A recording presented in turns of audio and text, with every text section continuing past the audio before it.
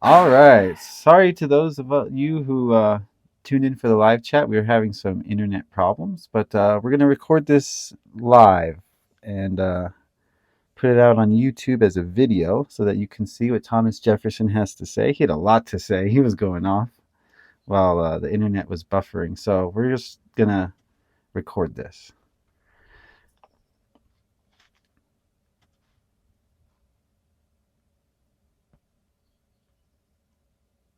Okay. He's more than happy to jump back in. Okay, well, we're sorry about the technical difficulties, Mr. Jefferson. Could you repeat what you were saying about the founding fathers? Well, first, I would like to say that when we were coming together and when we were just brainstorming, what do we want for a brand new country? We ran into problems ourselves. We didn't have internet, this interesting television, but we had horses that would die out of the blue, can no longer take what was needed in wagon to where it needed to go. Wagon wheel would bust. Someone would get sick. Oh, we can't do it today. Someone has caught the flu. So we ran into roadblocks of our own. But this is what happens when light and dark meet. So, founding fathers, yes. Perhaps I will do a bit of repetition. Our country, the colonies, the land, at the time felt divided. We felt unrest with the original peoples that we encountered in this land. We felt unrest amongst our own people who came from near and far, but also from England. There were people that wanted change and felt that if we had changed lands, why should things remain the same? Why should we continue these laws? Isn't that what makes visiting other continents and countries so exciting and exhilarating? Is their uniqueness? Why on earth would we want you see it as a globe. Why would we want a globe of oneness? Not the oneness and everyone comes together, but more oneness where we are all the same. We think the same. We are ruled the same. We do the same. Many of us did not want this. We wanted to be able to defend ourselves as well in case a foreign invader came upon our soil. We needed to be united as one, similar beliefs. We didn't all have to think the same. We could be all unique and individual. But when it came to defending our land and our way of life, we wanted to be united on that front. There was one half that wanted to keep things the same. They didn't quite enjoy the monarchy, but it was comfortable. It's what they knew. They knew what to expect from them. They knew what was expected of them. And then there were the rest of us that thought, wouldn't it be grand if we could create something that hadn't been created before? A totally unique identity, different from any of the lands that we have visited.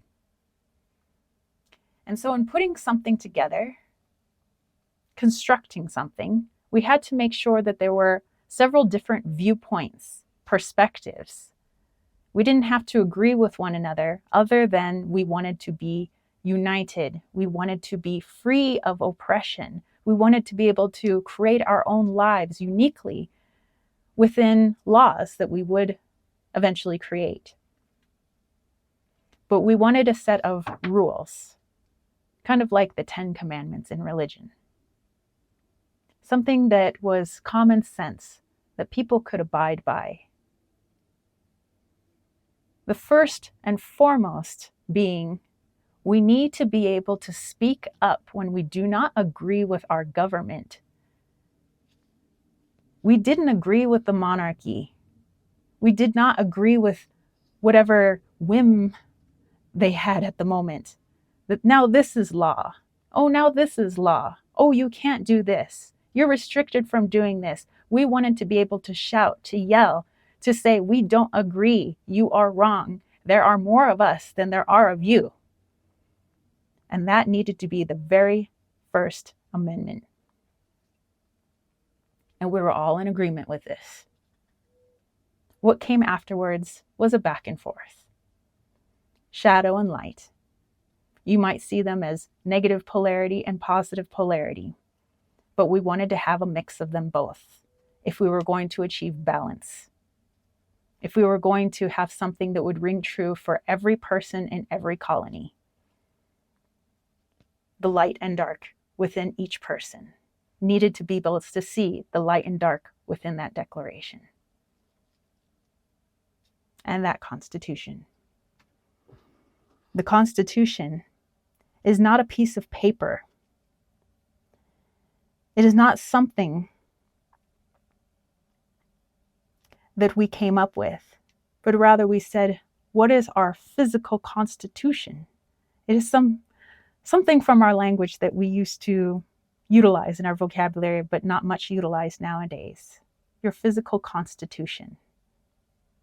How you feel as a person. Who you are as a human being. And we tried our best to put that in writing. Would you say that the Constitution was free from the Cabal's influence, or did you willingly allow the Cabal to have influence over it? That is the light and the dark. It is a mixture of what you consider Cabal, I consider dark. Negative energy, self-serving, but also light energy, positive polarity, serving the all.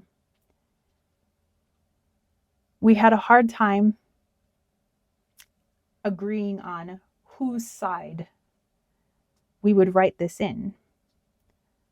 Some wanted it all to be dark, all Cabal. That is monarchy. Some of us wanted it to be all service to others, all light. But yet again, we would have another war. So we compromised, light and dark. And we hoped that the people would have the good sense to distinguish between the two and take that into consideration. So is it fair to say that the light aspect was freedom of speech, religion, all the freedoms that were granted, but the dark side was that African Americans were to be slaves? To have any peoples enslaved, no matter the color of their skin or the language they spoke,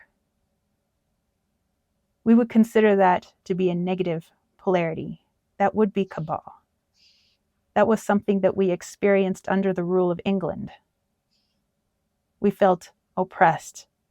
And although we did not have shackles upon our wrists and our ankles, we felt shackled to their ideals.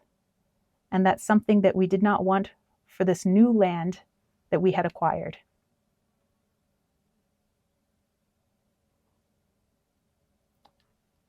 Okay.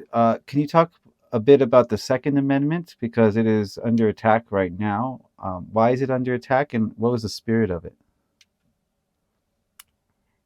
There is shadow and light within that Second Amendment. And perhaps that is why there is so much conflict between it.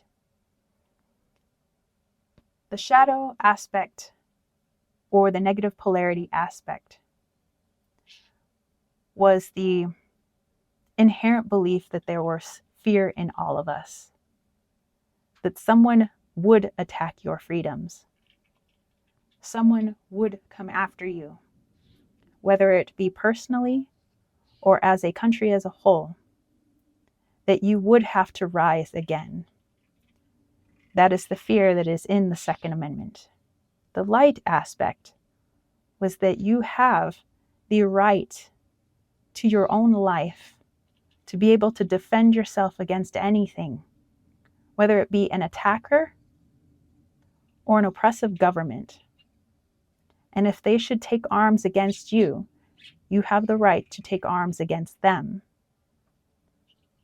This makes it both shadow and light, sovereign yet fearful at the same time.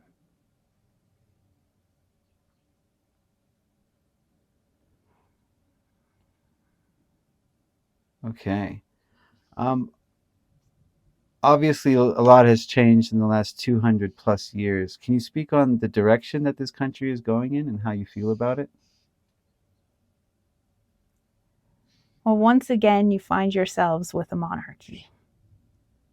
Exactly what we were trying to avoid.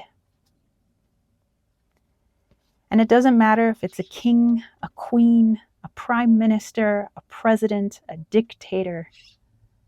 It is all rule, and you are under their thumb. You give anyone power over another, they will abuse it. I don't care who you vote for, if voting matters.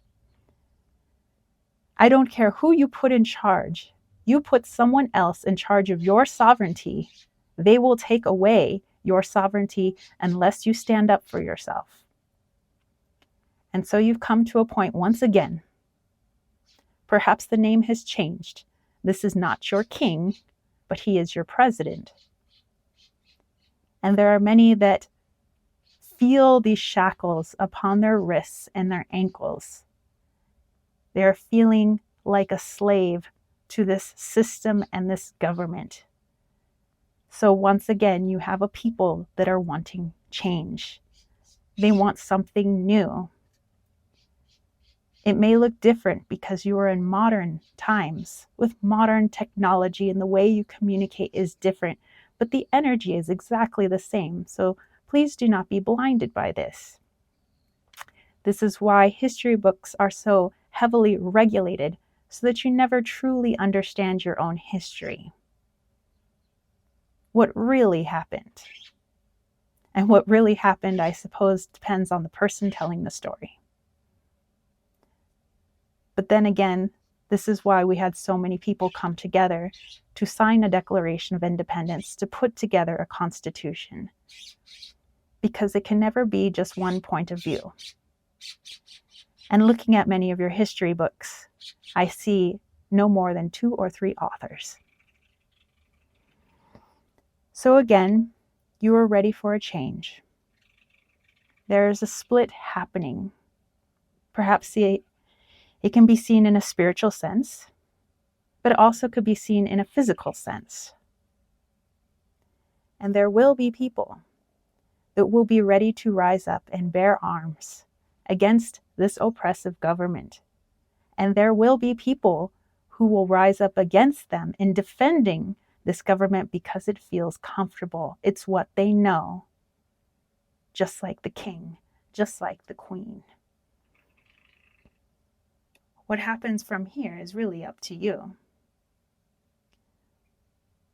But if you don't understand why you feel the way you do, why you're wanting change, or why you're resisting that change, you will ultimately lead to a war once again. But perhaps not as bloody as our war, but a mental breakdown of the entire country. A war within is perhaps the most difficult war of all. Yes, there's absolutely a split. We see it in the spiritual sense, but we're seeing it in the 3D sense as well, between the left and the right, the Republicans, the Democrats. Where is this? You say we're headed towards war. What will this war look like? Like I said, that depends upon you. But first, this war is felt internally. Wanting your reality to change. There are some that wish to change their reality, meaning how they change and feel about themselves, but the others must be the ones to change in order for the change to occur within. This is very difficult. If you want others to be the ones for the reason of your internal change, well, then you are a slave. There are those that see that they must change within if they want to see the change in their outer world. This makes you sovereign. You probably already understand which one would be considered service to self and which one is service to others. For to change yourself is to serve the others. To rely on others for your change is to serve yourself. One is light, one is dark. And it just is. Not bad, not good. It just is. And so if you are polaric in this nature, you will start to see people taking out their frustrations on one another. Perhaps you will not begin shooting at one another in the streets, but you will begin fighting. And in this fighting, which is exactly what a negative polarity would love to see, more rules come down, more restrictions come down, and many will begin to see what their government always was: a monarchy. It's been a monarchy for quite a long time. What we intended lasted less than 100 years.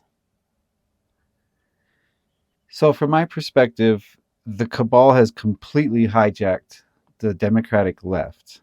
And on the surface, it seems like the Republican right is fighting for patriotism, but they've been hijacked as well. Is this correct? Yes, you understand it is all illusion. Left, right, you might as well be fighting with your own two hands. You cut off one arm, does that make the other arm better? No, it does not. There's light and dark, however, in both. On the one hand, your Democratic Party, although I hear there are other parties as well, but your two major parties, your Democratic Party, on the surface is seen as service to others. You want to see the all helped. You want to help those in their educational pursuits. You want to help those who are less fortunate. You want to be able to offer money and assistance in order to do this. Yes, throw money at the problem. But as you have seen, money does not fix someone's shadow. Money does not fix someone's trauma or someone's programming. So although it may seem somewhat more heart-based, that everyone should have a vote, that there should be a majority that rules, that we should help our fellow brother and sister. Yes, I do not disagree with this. But what if the majority was a service to self? What if there was an illusion of helping one's brother or sister, just feeling good about yourself because you threw a $20 bill at them? This does not solve the problem. You must go to the root of it. And the root of it is a corrupted country. It is a corrupted system. No matter what bill you put into place or what law you pass or what restrictions you put in, you are not solving the problem with the people. You are not helping them. You are forcing them to see you, the government, the people in charge, as your savior. And as long as people are looking outside of themselves, they will never truly help themselves, keeping them thus dependent on a broken system, which is what they wanted all along. And people had forgotten their sovereignty. And they forget that government is the people and not a soul image that they see on the television screen. You're Republicans, although at heart, wanting to keep sovereignty, wanting to fight for freedom, have been blinded by fight. That there is only one way of being, their way. And they see the other side as the enemy. And if you're always willing to fight, you will always have an enemy. But now their enemy is their brother and sister. And they are willing to attack that brother and sister because they feel that's what will change the system. But again, it is a broken system. They can continue to fight and shout and yell and scream, but it is to a broken system. A system that keeps them in a fear and anger state perpetually, which is also what they want. What a bunch of morons. Is this a product of parents sending their children off to government schools to be indoctrinated? Is that why we're getting these such low intelligence Americans?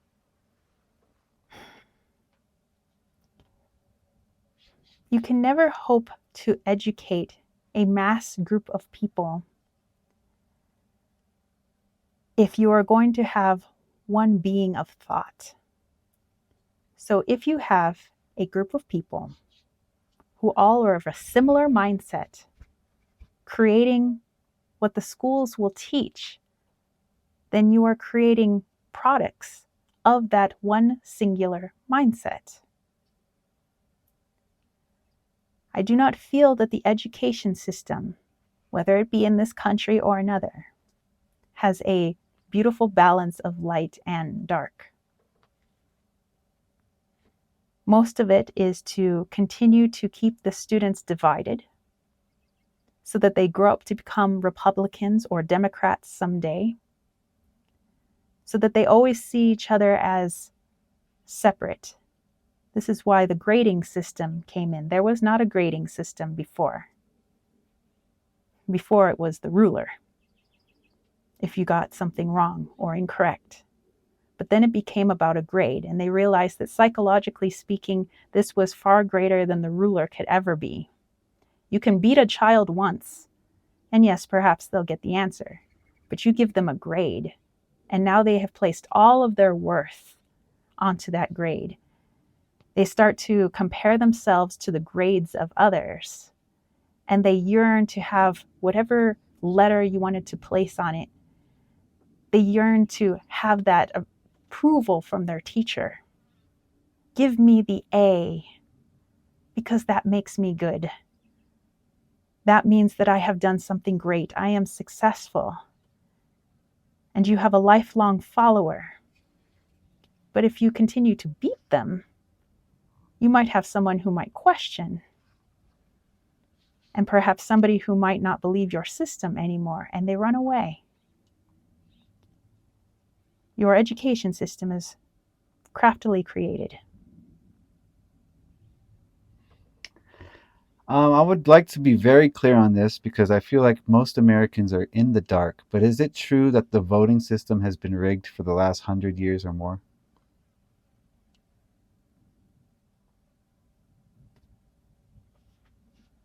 There has been a rigging for about 178 years. Mm-hmm. It has been rigged every 4 years. You may say, oh, but it was so close then. It seemed as though all the people were in alignment with this person, and then they won. This is all psychological. They want you to believe that your choice was solely your choice and not influenced by them at all. So that when they put the person that they wanted to be in charge, you believe that you are the one that voted for it, and that yes, it was the mass amount of votes that voted for that person. But that is a mass illusion. They controlled you. Your votes did not matter. They will put whoever they wish in charge. This is monarchy.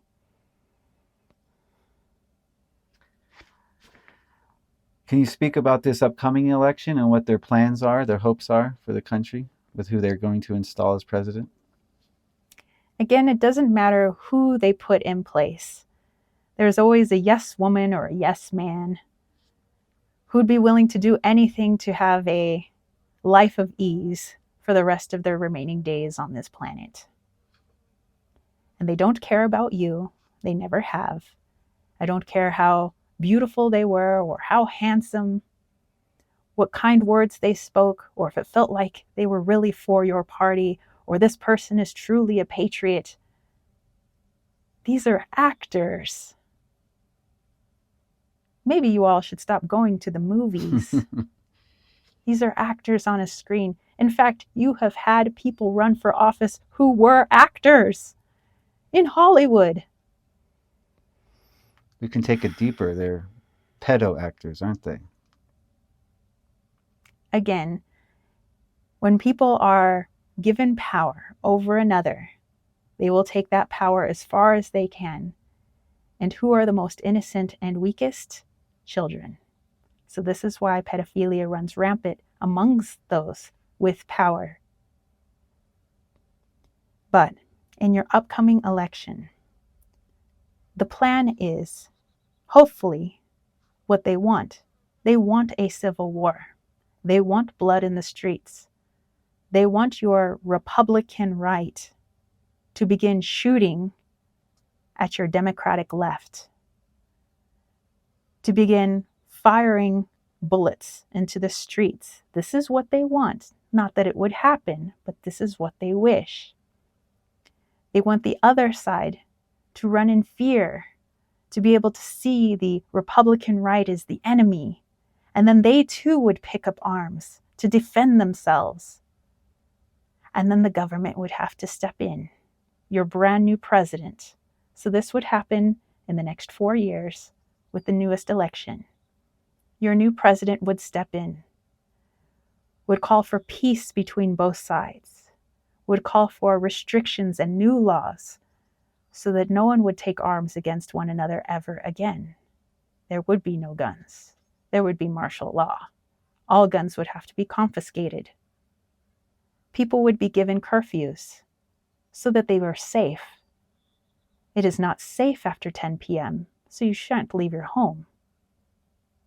Your children must go to a particular school. Those homeschooling will be arrested for taking away their right development, their educational right to a federal school. These would be federal schools. They would decide who is allowed in the country now to keep the country safe. They would decide what your supermarkets could serve, because we cannot be aiding the bad countries anymore. So now your diet is restricted to keep you healthy, of course. New shots invented, again, for your health. New vaccines. Those causing a disturbance in the streets, i.e. protesting, will immediately be jailed under the new laws. There will be no more constitutions, no more amendments, no more freedom, not that there was. And then and only then would some people decide that perhaps this is too restrictive. Perhaps we should say something, but by then it is too late. If you raise your voice, you will be you would be imprisoned forever, never to be seen again. People start to disappear, just like in parts of Mexico, in Russia, in Thailand, all over the globe, people just disappearing, and everyone is okay with it. This is your new country in the next 4 years, if you do not do something. Now, I don't mean to shout and scream and fire your guns. I mean go in and heal yourself, because then you change the world around you. Well, that was going to be my next question. Well, first of all, so the blueprint's not even China. It's George Orwell's 1984. That's what they're trying to achieve. This is why the book went to publication. This is why it was allowed to become a movie. They always have to tell you what the plan is so that it is not a free will violation.